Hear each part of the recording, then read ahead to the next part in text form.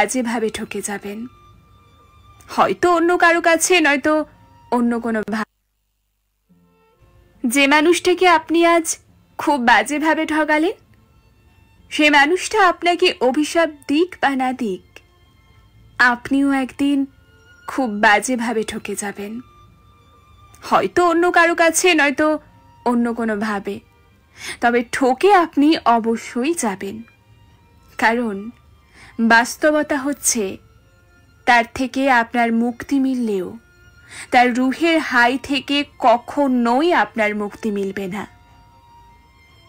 কাউকে বিনা কারণে অন্যায়ভাবে আঘাত করলে, কারোর সাথে বেইমানি কিংবা প্রতারণা করলে সাময়িকভাবে আপনি নিঃসন্দেহে ভালো থাকবেন, তবে বেশি দিন ভালো থাকবেন না, জীবনের শেষ দিন পর্যন্ত কখনোই নয়।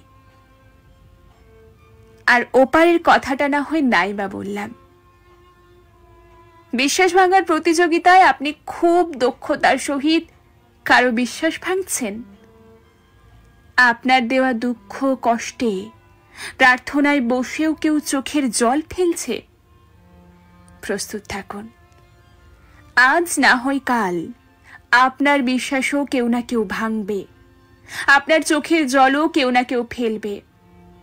ইচ্ছাকৃতভাবে আপনি কারো ক্ষতি সাধন করলে আপনার ক্ষতিও কোনো না কোনো ভাবে হবেই। অন্যের দুর্বলতা, সরলতা কিংবা ভালোবাসার সুযোগ নিয়ে আপনি যা যা অন্যায় করবেন, গোলাকার এই পৃথিবীতে ঘুরে ফিরে তার সবটাই ফিরে পাবেন, শুধু সময়ের অপেক্ষা মাত্র।